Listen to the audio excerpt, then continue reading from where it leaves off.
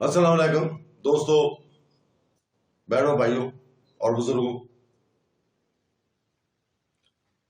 ہم آج بیان کر رہے ہیں کہ نکاح سنت ہے اور کیا یہ نظروں کو بری نظر ڈالنے سے روکتا ہے۔ صحیح بخاری کی حدیث نمبر 3233 میں عبداللہ بن مسعود رضی اللہ تعالیٰ سے روایت ہے کہ رسول پاک صلی اللہ علیہ وسلم نے ہم سے فرمایا، نوجوانوں، تم میں سے جو بیوی کی کفالت کر سکتے ہیں شادی کرو، کیونکہ یہ آنکھوں کو روکتا ہے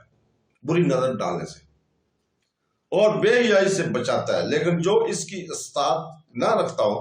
وہ روزہ رکھے، کیونکہ یہ شہوت پر قابو پانے کا ذریعہ ہے۔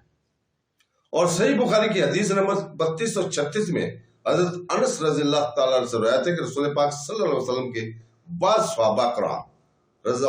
اللہ نے آپ صلی اللہ علیہ وسلم کے ازواج مطہرات سے آپ صلی اللہ علیہ وسلم کے خلوت میں کیے جانے والے اعمال کے بارے میں پوچھا۔ ان میں سے ان کے صحابہ میں نے کہا، میں عورتوں سے شادی نہیں کروں گا۔ ان میں سے کسی نے کہا، میں گوشت نہیں کھاؤں گا، اور ان میں سے کسی نے کہا، میں بستر پر نہیں لیٹوں گا۔ آپ صلی اللہ علیہ وسلم نے اللہ کی حمد و ثنا بیان کی اور فرمایا، ان لوگوں کو کیا ہو گیا ہے کہ یہ فلاں فلاں کہتے ہیں، حالانکہ میں نماز پڑھتا ہوں اور سوتا بھی ہوں، میں روزہ بھی رکھتا ہوں اور ان کا مشاہدہ مطلع کرتا ہوں، میں عورتوں سے بھی شادی کرتا ہوں،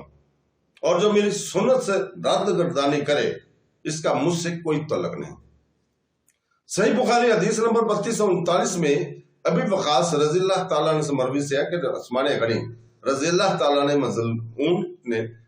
برہمی پر رہنے کے فیصلہ کیا، لیکن اللہ کے رسول صلی اللہ علیہ وسلم نے اسے ایسا کرنے سے منع کیا، اور اگر آپ صلی اللہ علیہ وسلم اسے اجازت دیتے تو ہم اپنے آپ کو ضائع کر دیتے۔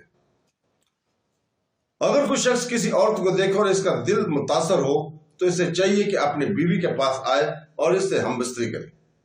اس بارے میں جابر رضی اللہ تعالیٰ نے صحیح بخاری کی حدیث نمبر 3240 میں بیان کیا کہ رسول پاک صلی اللہ علیہ وسلم نے فرمایا، ایک عورت کو دیکھا تو وہ اپنی بیوی